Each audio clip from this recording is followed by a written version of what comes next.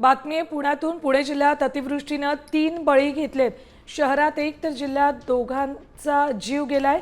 मुसळधार पावसामुळे जिल्ह्यात घराची भिंत पडून महिलेचा मृत्यू झाला, तर शहरात कुजलेले झाड पडून एका तरुणाचा जीव गेलाय। पुण्यातल्या कर्वेनगर भागात झाड कोसळून एका दुचाकीस्वाराचा दुर्दैवी मृत्यू काल संध्याकाळी झाला। जिल्ह्यातील खेड तालुक्यात भामा आसखेड धरणामध्ये मासेमारी करणाऱ्या तरुणाचाही वीज कोसळून मृत्यू झाला। तिसऱ्या घटनेत जिल्ह्यातील दौंडमध्ये घराची भिंत कोसळून एका महिलेचा मृत्यू झाला। पावसाळ्यात नागरिकांनी काळजी घ्यावी, धोकादायक ठिकाणी थांबू नये असं आवाहन प्रशासनाकडून सतत केलं जात आहे। अतिवृष्टीने हे 3 बळी पुण्यात घेतलेले आहेत। पुणे जिल्ह्यात कालच्या अतिवृष्टीने तिघांचा बळी गेलाय। एक तरुण कुजलेलं झाड अंगावर कोसळल्यामुळे दुचाकीस्वार ठार झालाय, तर एका घराची भिंत कोसळून एक महिला ठार झाली, तर एक मासेमारी करणारा तरुण वीज अंगावर कोसळून ठार झाला।